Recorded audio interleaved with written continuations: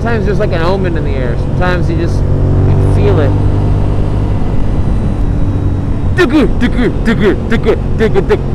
I can feel it coming in the air tonight. Hold on. I can feel it. I don't know the rest of the words.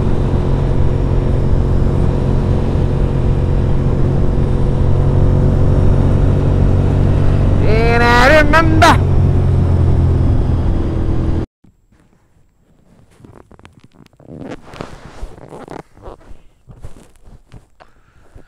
Okay, hello.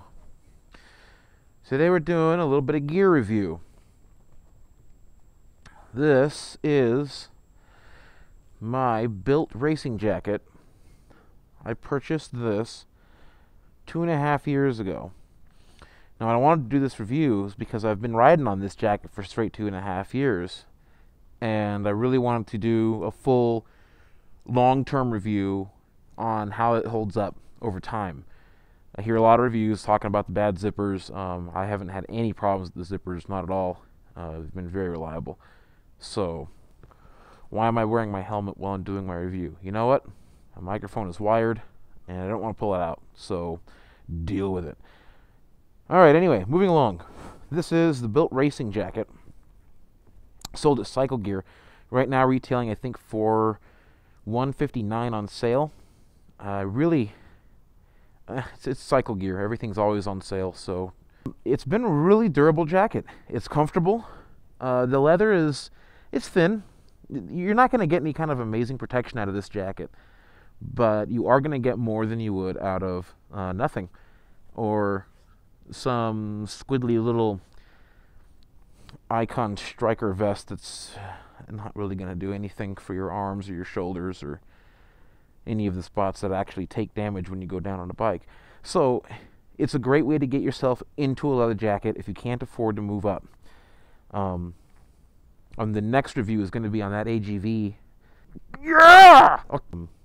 And I'll tell you why you should probably just go straight to that. But I wanted to give this jacket a fair shot. So let's go over the features. It does have a zip-out liner. I do not have it in here.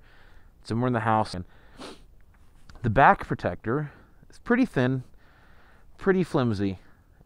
I'd rather fall on this than nothing, again, but this is not going to protect you in the event of a high-speed wreck. There's just not a lot here. It does have some expansion joints on the leather. Those work very well. I like them. They add a lot of comfort. 2 zippers, a half zipper, and a full wraparound zipper. But the wraparound zipper's pretty thin, so I've never had anything to zip it to. Inside pocket, outside pockets. They're easily accessible while you're on the bike. You can't get to these with the glove, by the way. You have to take your gloves off to unzip your pockets. That was always something that bugged me about them. These get plenty of airflow, so it stays pretty cool in temperatures, you know, below 100. Above 100, it's still pretty warm. I always liked the sleeves on this one. It's got this like neoprene and very comfortable. Never had an issue with the sleeves with gauntlets or without gauntlets. What I did have a problem with is this Velcro. Really just completely lost its ability to hold together. I think there's just nothing there anymore. I might as well just snip this off. Same thing with the top Velcro. Just, I mean, it's like, yeah, nothing there. Now, granted, it's 2.5 years old, so that's to be expected. The stitching is really good. It held together just fine over the last few years. I haven't had any problems with the stitches at all. So that's really cool. Elbow protectors, they're substantial. I've seen harder, but I've definitely seen softer. I wouldn't mind going down on these. They're there. They could go up a little higher. It's something that's, they always felt more like forearm protectors than elbow protectors to me. I didn't, you know, it feels like they should be up here. I don't know. Looking at the back of the jacket.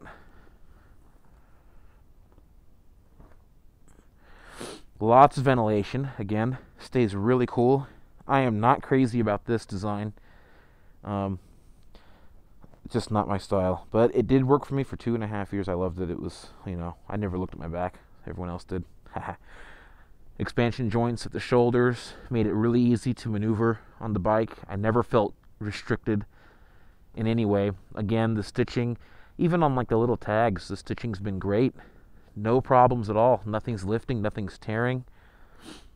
You can see all the discoloration just from the years of use. But I've been really happy with it. I really don't think anyone's going to buy this and just absolutely hate it. The one big complaint I had, and my biggest reason for getting a different jacket, is the way that the back bunches up right here. You can probably see it. It just sort of bunches up a little bit. Like, let's put a pretty girl in the background there. Kind of bunches up.